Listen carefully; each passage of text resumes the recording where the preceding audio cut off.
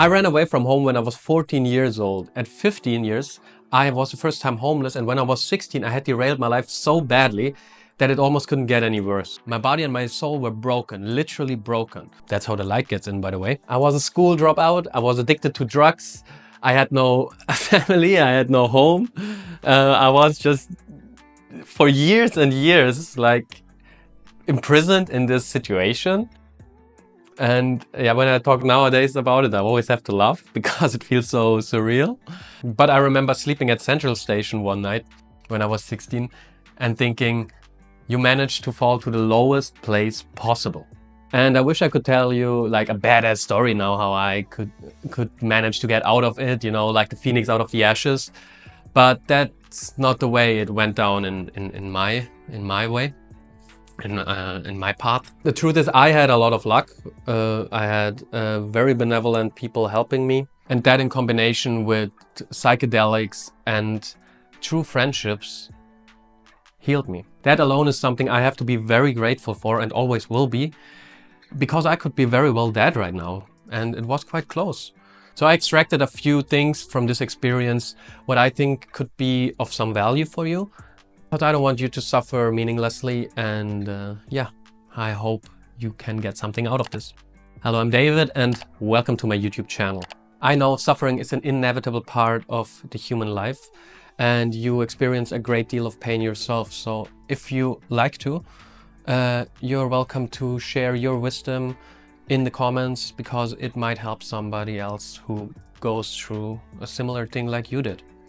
You know, that's why we are a collective. That's how we can support each other. So let's get into point number one. Pain has been my greatest teacher. So this whole thing was obviously quite painful. It had the energetical feeling of my whole family died and I'm all alone. And even though it wasn't true, that was still my experience. So in a way it was true. But what I learned about pain is that the universe will make you suffer most when you do these two things. First, when you do something bad, by your definition of what is good and bad, you know, what's good and evil. When you hurt somebody else on purpose, you're hurting the collective and in the end yourself, because we are all connected. Always when I have been purposefully, you know, an asshole, or even if it was just out of a big unconsciousness, but it resulted in other people's misery, or, you know, creating pain in other people, I would fall into a very negative timeline, you know, I came on a path that was very self-destructive and always led to yeah, a very low state of existence, I would say. And the second point where I used to suffer a lot is when I continually made the same mistakes. And I am consciously using the word mistake here because I view mistakes as something you do repeatedly. You know, when you do something for the first time and it creates, I don't know, a bad result for you or a negative outcome in any way, it's not a mistake in the first place, you know? At first it's an experience. Then it's up to you to learn from it or not. But then doing the exact thing over and over and over again is when it becomes a mistake. And with every time I repeated that mistake, I always had to suffer a little bit more. So the solution for me was to do the inner work and to become more aware of my patterns and my underlying programming. So I could stop sabotaging myself all the time and start shining light on my shadow parts, and then integrated my shadow parts so I am not prone to them controlling me in a moment when I can't suppress them any longer, you know? I became the master of my own house instead of getting controlled subconsciously by some patterns or underlying stuff that's hidden there. Of course it's a never-ending story, but doing the inner work is definitely the right way for me. Anyway, as I said, the universe is a rough teacher, so it chose to give me a punch in the face. Metaphorically. But that's exactly what I needed, because I was a cannabis smoking 14-year-old kid who was just fleeing into video games. I had no real skills whatsoever. I mean, I played the piano and I played football all the time, but I stopped with that like a year before I ran away and was just into weed smoking and video games. So today I know this whole experience, it was the best thing that could ever happen to me because it forced me to develop. You know, it forced me to get new skills. It forced me to, you know, to get a hold of the real world and not fleeing into video games. There is this quote I resonate a lot with: send a boy on the street for 1 year and he will come back with the soul of a 50-year-old. And that has been exactly my experience, because I couldn't make new friends my age. I mean, of course I had my old friends, but all friends I was able to make after that situation was resolved were like 20 or 30 years older than me.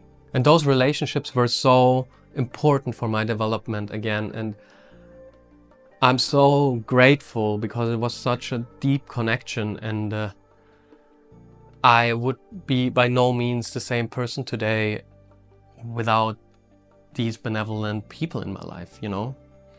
And it's, you know, it's so beautiful when you manage to have friends that are coming from somewhere completely else, you know, from a completely different socioeconomic background or a completely different age or culture or whatever it is, because it's just enriching your perspective on life so much more.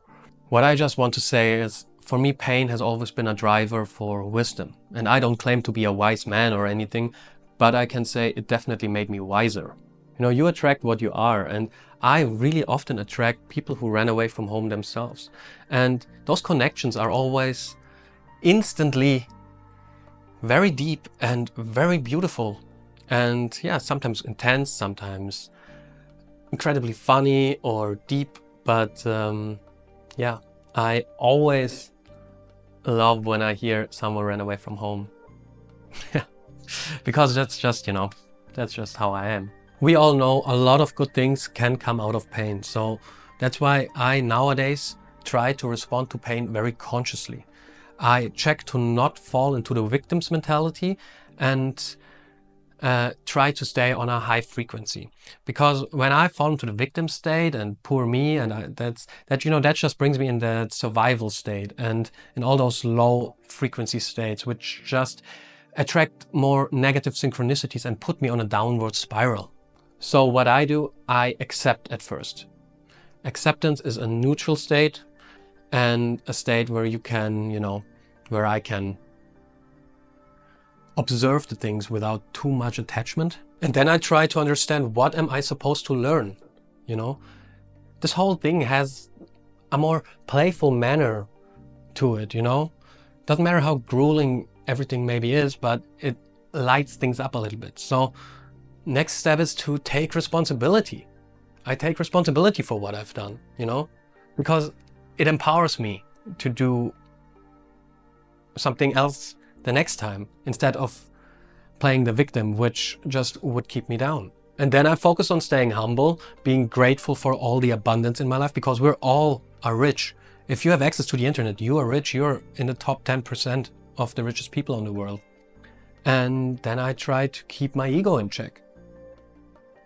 And that's basically it. That makes me very efficient into dealing with pain nowadays. And it helps me to resolve my topics very efficiently. So I'm grateful for my pain. I would never be the same person without it. And I'm very happy the way I am. So I see pain as my teacher, and that's a great relationship. The second point on my list is psychedelics, or the plant teachers, and their potential to heal stored or hidden trauma in your system. After working with grandmother ayahuasca or grandfather San Pedro, how they are called in indigenous cultures, I have learned a little bit more how these medicines work. And for me, they are the true medicine for everything regarding your internal state. Unfortunately, psychedelics still have a very negative stigma in Western societies. The way how I see it is, there are people who are benefiting from you being a worker bee. You're not supposed to wake up, live a fulfilled life and pursue your dreams. That would be a pain in the ass, you know? You are supposed to be controllable for people up the hierarchy. so they can accumulate more wealth, so they can achieve their goals. They just want to own you. And they sure as hell don't want you to be a free-thinking, independent individual. Because that's exactly what the psychedelic is doing to you or for you. Or let's say it could potentially enable you to be that way if you are doing it in the right environment. That's very important. Anyway, back to my story. When I was around 16, I got kicked out of my juvenile home for smoking weed in there.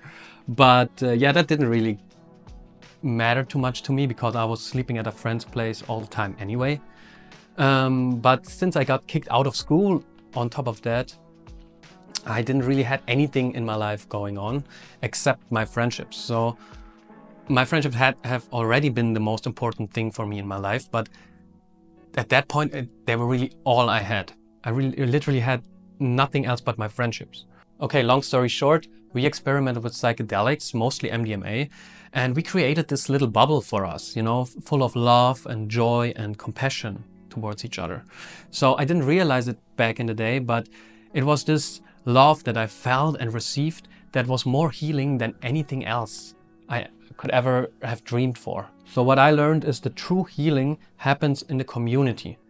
And psychedelics can be a tool to open the portal, so to speak.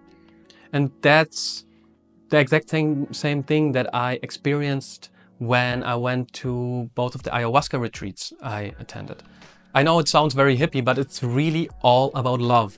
That's the message I received from the plant teachers as well. And even though it sounds obvious, do something good for yourself.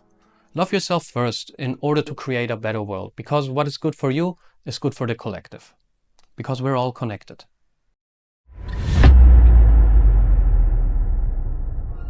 Point number 3 is the relationship to anxiety and fear and how it got transformed.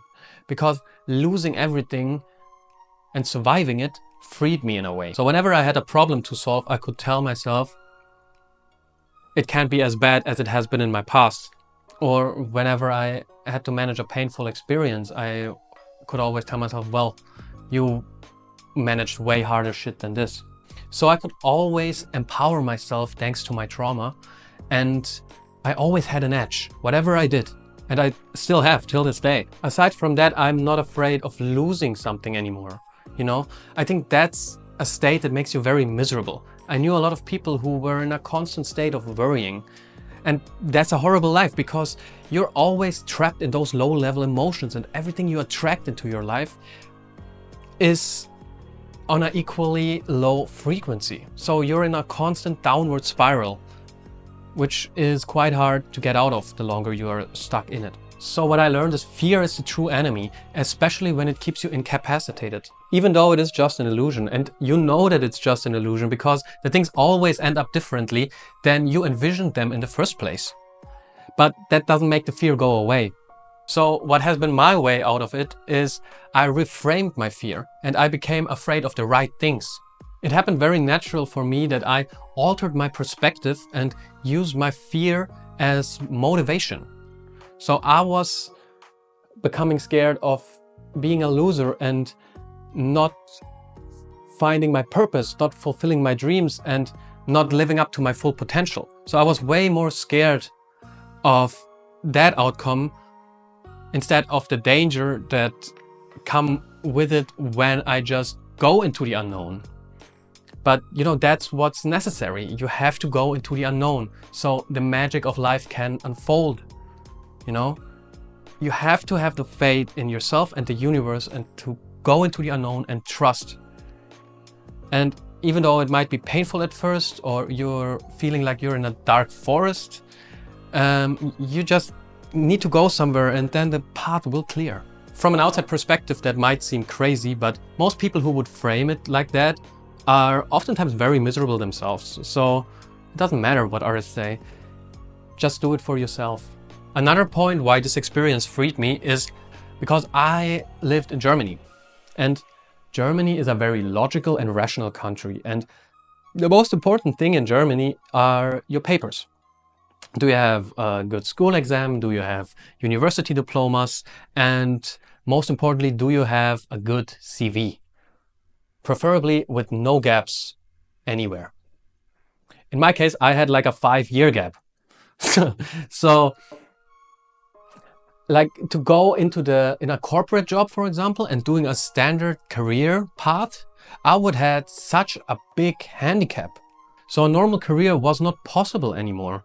So it kind of forced me to find my own way. So imagine me in a job interview, like sitting there and the guy asking me, yeah, Mr. Ziller, what have you done in those 5-year gaps here?